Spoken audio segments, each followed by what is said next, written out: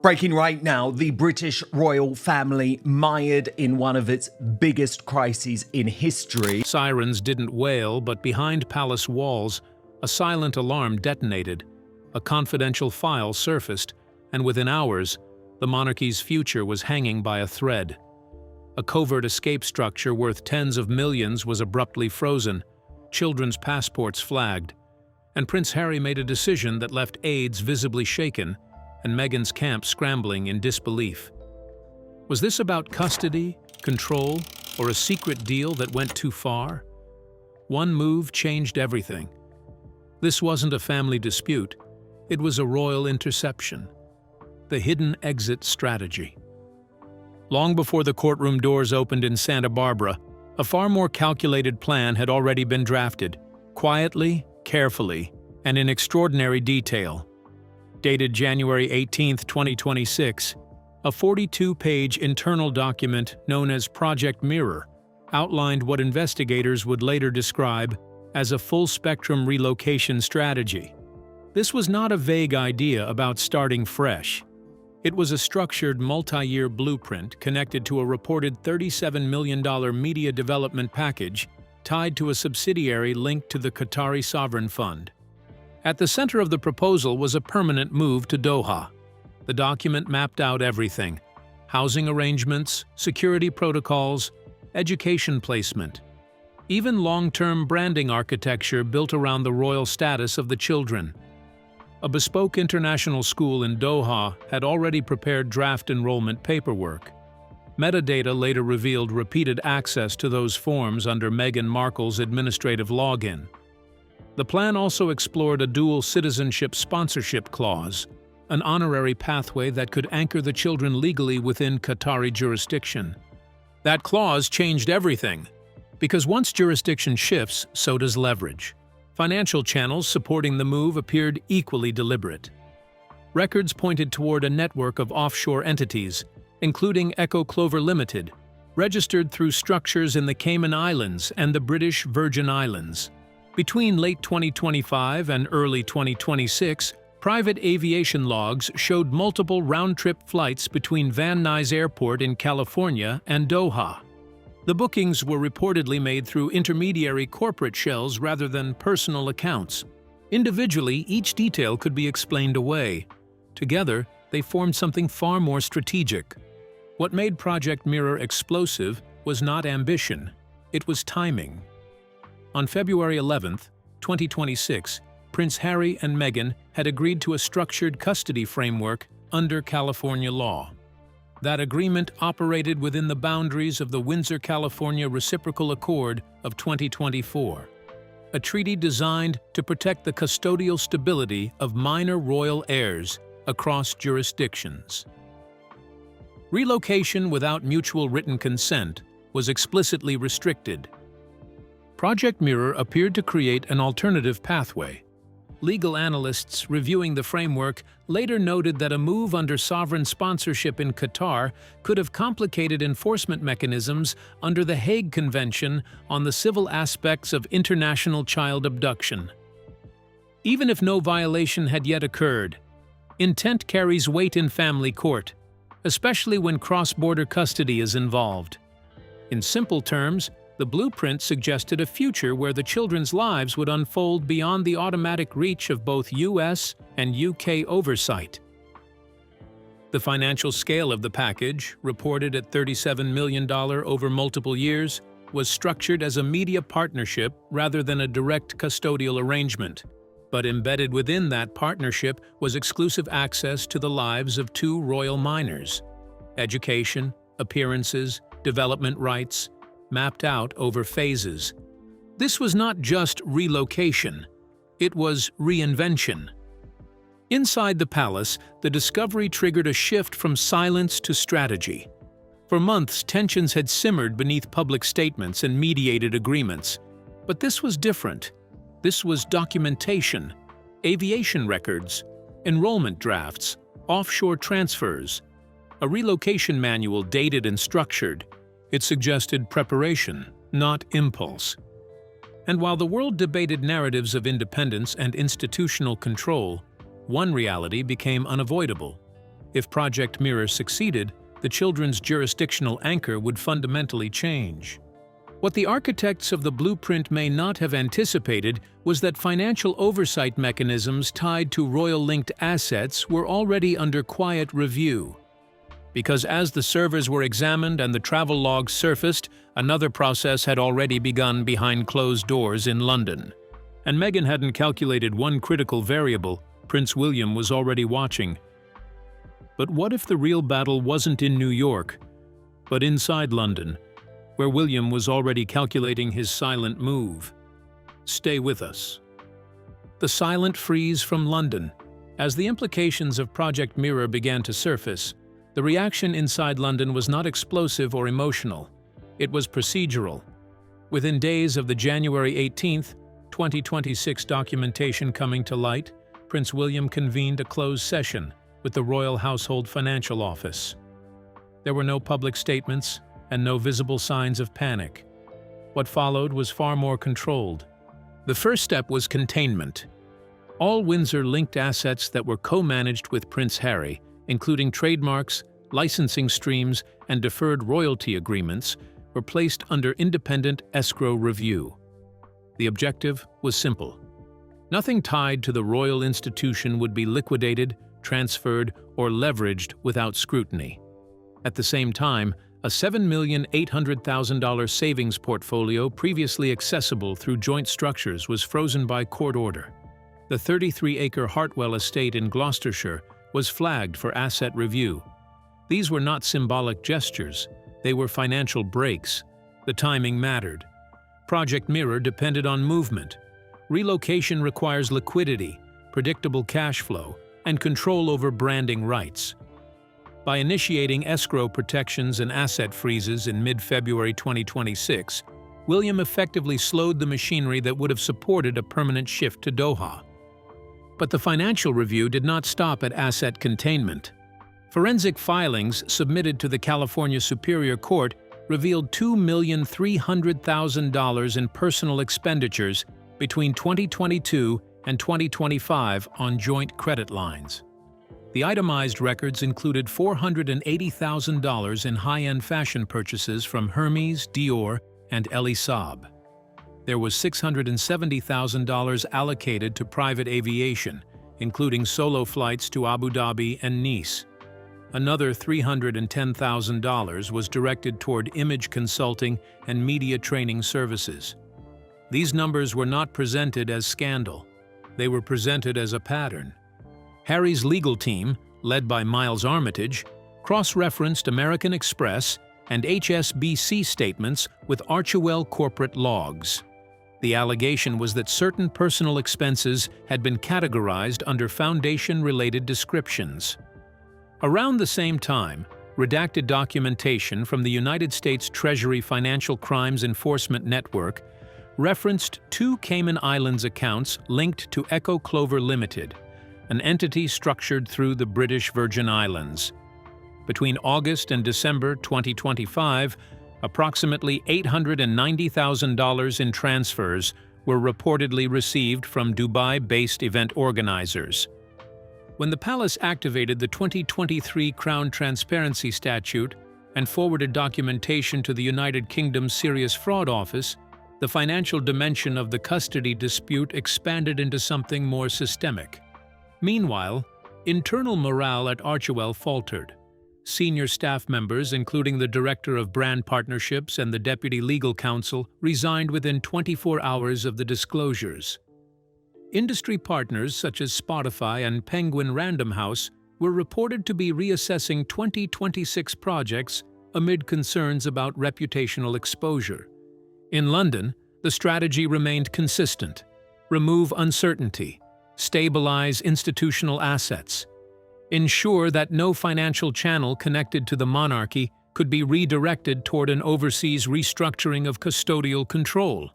The $37 million framework outlined in Project Mirror may have been ambitious, but ambition requires fuel. By the morning of February 14, 2026, much of that fuel had been placed under lock and review. What appeared to be a private marital breakdown was now intertwined with escrow notices, statutory triggers, and international compliance protocols. The relocation plan had not yet moved forward, but the infrastructure supporting it was steadily being restrained. One account, one property, one trademark at a time. And now, as every account, property, and trademark quietly tightened, did Harry's choice of fatherhood secretly ignite a silent royal rebellion? Stay glued. The moment Harry chose fatherhood over rank. By the time the financial restraints tightened in mid-February 2026, the battle was no longer abstract for Prince Harry. After many, many years of lies being told about me and my family, there comes a point where, again, going back to the relationship between certain members of the family and the tabloid press. What had begun as legal filings and asset reviews became intensely personal the moment Project Mirror was read into the court record at the Santa Barbara Family Law Courthouse. Until then, he had heard fragments, strategic discussions, legal language, defensive explanations. But seeing the structure laid out in dated pages, January 18, 2026, stamped across the header, shifted something inside him. The 42-page manual was not theoretical. It outlined timelines, educational transitions, jurisdictional shifts, and media positioning. Enrollment documents for a bespoke international school in Doha had been drafted. Court-appointed forensic experts later testified that those files had been accessed repeatedly under Meghan Markle's administrative login. There were references to dual citizenship sponsorship pathways and residency sequencing. To legal observers, it was a relocation strategy. To Harry, it was a map of a future he had not fully understood. More alarming were the encrypted communications introduced during preliminary review. Among them was a request sent to a Qatari legal consultant seeking clarity on sovereign custodial protections and non-extradition guarantees. That phrase alone carried weight. It implied planning beyond branding or philanthropy. It suggested anticipation of resistance. Harry had already endured years of public tension with the monarchy, but this was different. The question before him was not reputation. It was accessible. If relocation proceeded under sovereign sponsorship in Qatar, enforcement of custodial rights could become complex under international frameworks. Even with the protections of the Windsor, California Reciprocal Accord of 2024, cross-border jurisdiction is never simple once residency changes. On February 16, 2026, as arguments intensified, Harry's legal team filed a motion requesting independent psychological evaluations for both parents. The filing cited stress records from 2019 to 2022 and concerns raised during mediation. It was not framed as an attack, it was framed as a precaution. 2 days earlier, on February 14th, the court had already been informed of financial freezes and escrow reviews initiated in London. The legal pressure was mounting from multiple directions. When Justice Maya Caldwell issued an emergency order requiring the children's passports to be surrendered to a neutral third party and mandated monitored digital communication between the children and their mother pending further review, the atmosphere in the courtroom shifted. This was no longer a contest of narratives. It was judicial containment. Witnesses later described Harry sitting unusually still as the metadata surrounding Project Mirror was explained in detail. 14 separate accesses to school enrollment forms within a single week. Flight logs documenting round trips between Van Nuys and Doha in late 2025. References to media exclusivity clauses embedded within the broader financial structure. For years, he had defended the decisions that distanced him from the institution of his birth.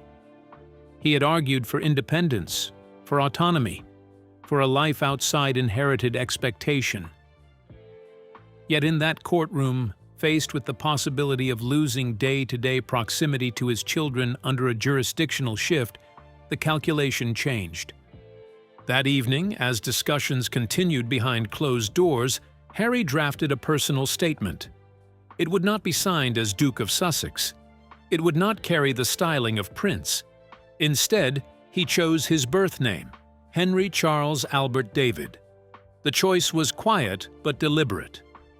It signaled not a return to palace life and not allegiance to any faction, but a narrowing of identity. He was no longer positioning himself between institution and spouse. He was positioning himself between risk and his children. The financial mechanisms had been restrained. The relocation infrastructure was under scrutiny. But the emotional turning point occurred in that sealed courtroom in Santa Barbara, where titles felt distant and the only role that mattered was father. So did he finally choose his children over legacy? Or was this courtroom silence just another strategic move in a hidden royal battle? Stay tuned. The Crown's quiet countermove. While Prince Harry wrestled privately with the weight of fatherhood inside a California courtroom, a very different strategy was unfolding thousands of miles away in Windsor. There were no urgent press conferences and no emotional rebuttals.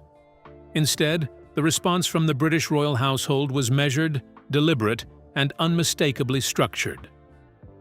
On the evening of February 12, 2026, just days before the most critical hearings in Santa Barbara, Catherine, Princess of Wales, appeared in a short video filmed at Grey House, the residence prepared for Archie and Lilibet during their stays in the United Kingdom.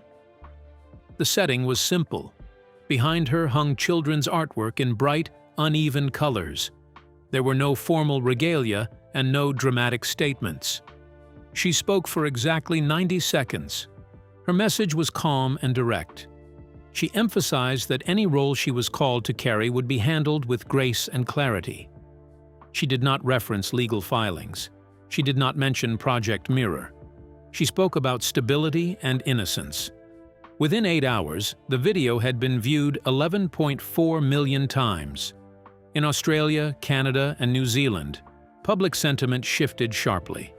The narrative was no longer about conflict between adults.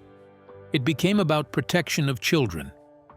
Behind the scenes, institutional preparations accelerated. Under the direction of Princess Anne, the Custodial Advisory Committee was formally activated in mid-February 2026. A legal brief was delivered simultaneously to the United Kingdom Family Division Court and to the British Consulate in Los Angeles. It confirmed that Duchess Sophie of Edinburgh had been appointed as a co-guardian during any custodial transition involving time spent on British soil. The language was precise. It framed the move not as interference but as preparedness. Then came a development that surprised even seasoned royal correspondents. Lady Louise Windsor, daughter of Prince Edward, arrived at Dulles International Airport under diplomatic cover from RAF Northolt. She was accompanied by 2 child welfare officers and a trauma psychologist. Her visit was grounded in the Windsor, California Reciprocal Accord of 2024, the same agreement that had once secured title recognition for the children. Under its provisions, minor royal heirs could receive welfare review support if reputational or custodial risk was identified. Her presence was not symbolic. It was procedural. Attempts by Meghan's legal team to cite a California injunction against foreign custodial interference met a complex barrier. The international status of the children, combined with treaty protections, meant that oversight protocols were difficult to block outright. Lady Louise's role was observational, yet her arrival signaled that the palace was no longer reacting to events. It was anticipating them. The contrast in approaches became striking. In Santa Barbara, filings expanded and counterclaims intensified. In Windsor, mechanisms were activated quietly, almost clinically. Financial containment had already begun. Asset reviews were underway. Now, emotional containment was being constructed through visible stability. Catherine's brief appearance, Sophie's appointment, and Louise's diplomatic mission formed a coordinated response without overt confrontation. It was soft power, but structured soft power. The institution was building layers of reinforcement around 2 children whose lives had become entangled in global headlines. As the hearings in California continued to expose documents and metadata, The British monarchy did not escalate rhetoric. It recalibrated jurisdiction, protection, and narrative. The message was subtle, but unmistakable. Stability would be demonstrated, not declared. And as February 16th approached, it became increasingly clear that this was no longer a simple custody dispute unfolding in one courtroom. It was a transatlantic contest of systems, unfolding in parallel, each move measured against the next. So what did February 16th really reveal about this transatlantic battle? Was it strategy collapsing, or a hidden move no one saw coming? Keep watching. The day the strategy unraveled. As diplomatic reviews unfolded and institutional safeguards tightened across the Atlantic, all eyes returned to Santa Barbara. The hearings scheduled between February 16th and February 18th, 2026, would determine whether the growing web of documents, flight logs, and financial disclosures amounted to precaution or proof. By the morning of February 16th, the Santa Barbara Family Law Courthouse felt less like a local courtroom and more like the center of an international reckoning. Inside, the tone was clinical. Court-appointed forensic specialists presented the digital trail connected to Project Mirror. Metadata timelines were displayed with precision. The January 18, 2026 document was dissected line by line. Access logs showed repeated reviews of enrollment drafts for the bespoke school in Doha. Aviation records confirmed round trips between Van Nuys and Qatar during late 2025. Communications referencing sovereign custodial assurances were entered into the record. Each detail taken alone might have been defensible. Together, they formed a pattern that was difficult to dismiss as hypothetical planning. Then, the financial layer was added. Statements submitted earlier by Harry's legal team resurfaced in full. The court examined the $2,300,000 in personal expenditures between 2020 and 2025, including $480,000 in luxury fashion purchases and $670,000 spent on private aviation. Transfers totaling $1,100,000 to the United Arab Emirates were scrutinized alongside documentation connected to Cayman Islands accounts linked to Echo Clover Limited. Joint investigations by the United Kingdom Charities Commission and the United States Office of Tax-Exempt Organization Review placed potential misappropriation estimates between $2,700,000 and $4,400,000. Affidavits from former Archewell staff members were introduced. Some alleged that research and development costs tied to Project Mirror had been categorized internally under broader outreach initiatives. The testimony did not speculate on motive. It focused on the process, the classification of expenses, the sequence of approvals, the timing of transfers. By February 17th, the courtroom dynamic had shifted noticeably. What began as a custody renegotiation had evolved into a layered examination of intent, oversight, and jurisdiction. Meghan's legal team, led by Sher Tilden, maintained that Project Mirror represented exploratory brand planning.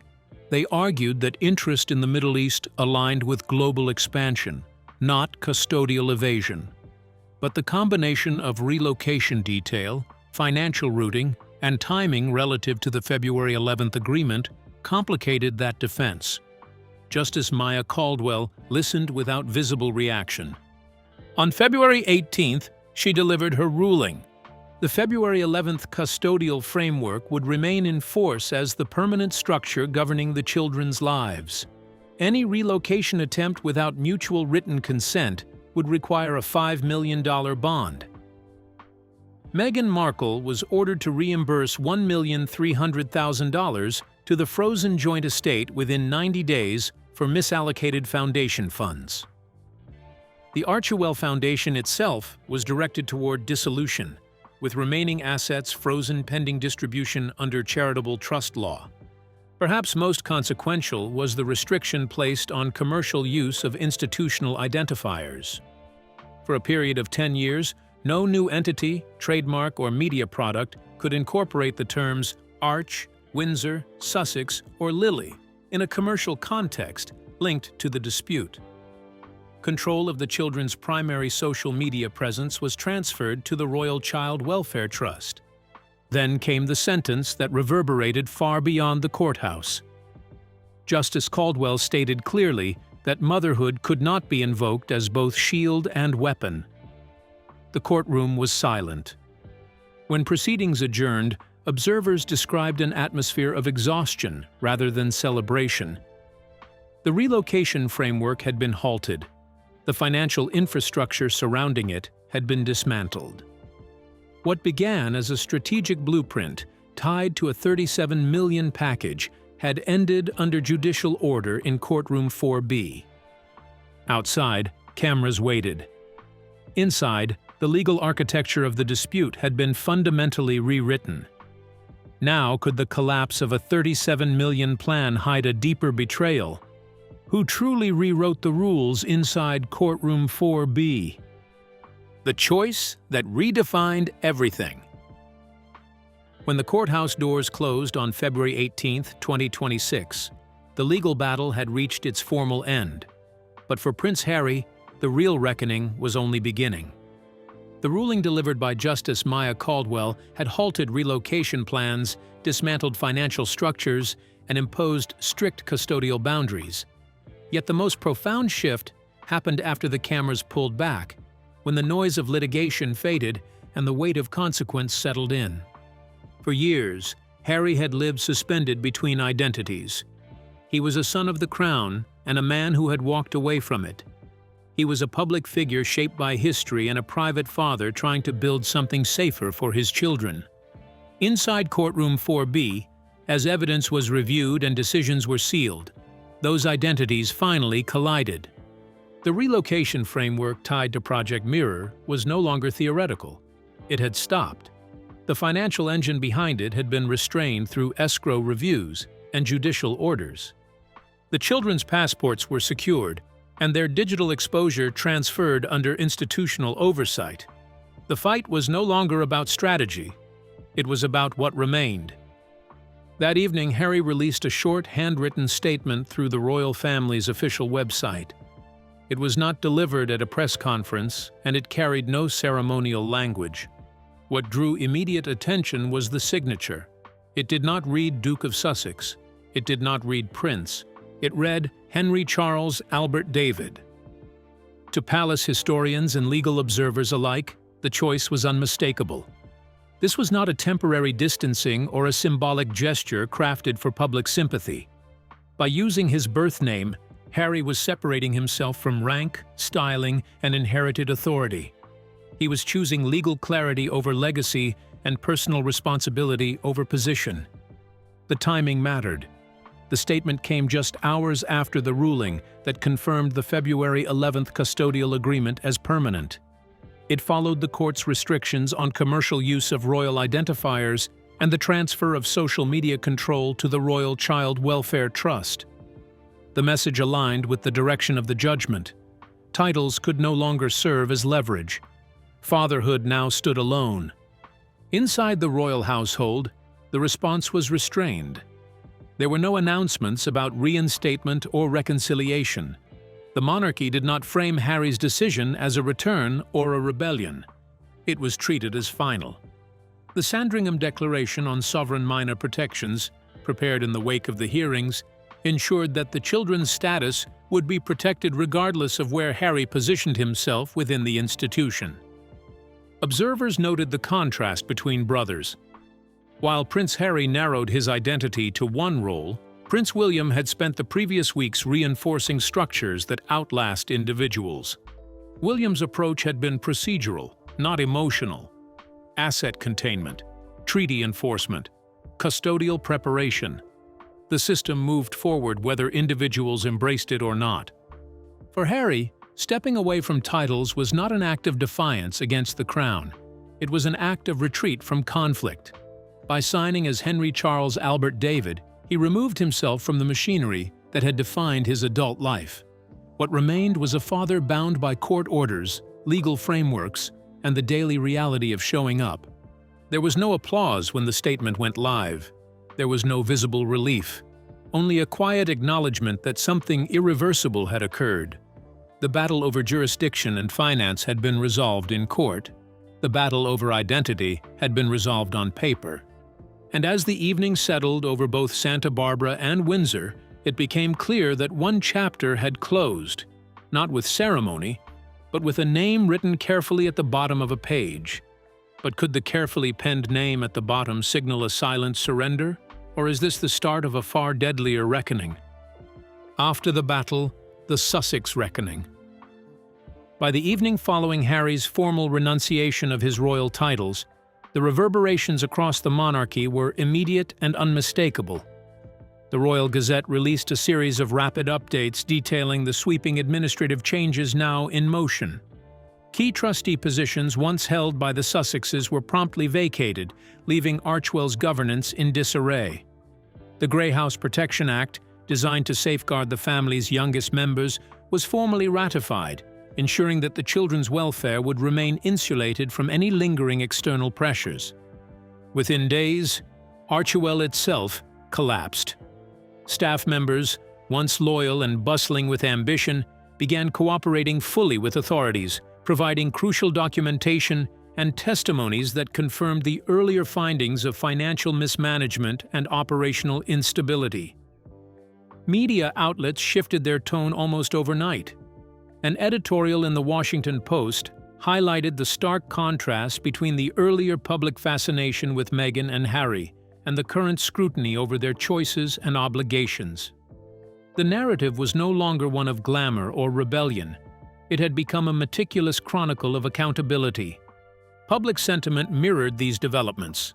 Approval ratings for the Sussexes plummeted from a once supportive 52% down to a sharp 28%, reflecting the growing perception of isolation and legal constraint surrounding Meghan.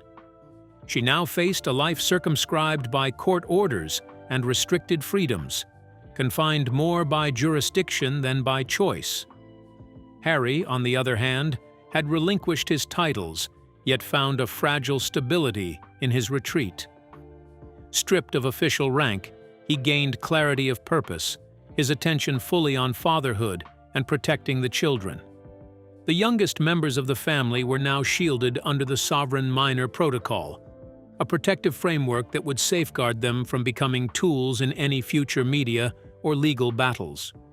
The contrast was undeniable. One half of the Sussex duo was legally bound, isolated, and politically vulnerable. The other, though stripped of royal privilege, had regained agency, focus, and a measure of peace. This moment wasn't a matter of vengeance or spectacle. It was a clear assertion of jurisdiction and institutional authority, a statement that no personal ambition or celebrity influence could circumvent the centuries-old mechanisms designed to protect the monarchy and those it served. So, what do you think? Was this a custody battle, a financial meltdown, or the moment Prince William showed that even modern fame can't outplay centuries of tradition? We'd like to hear your thoughts in the comments. Don't forget to like, share, and subscribe.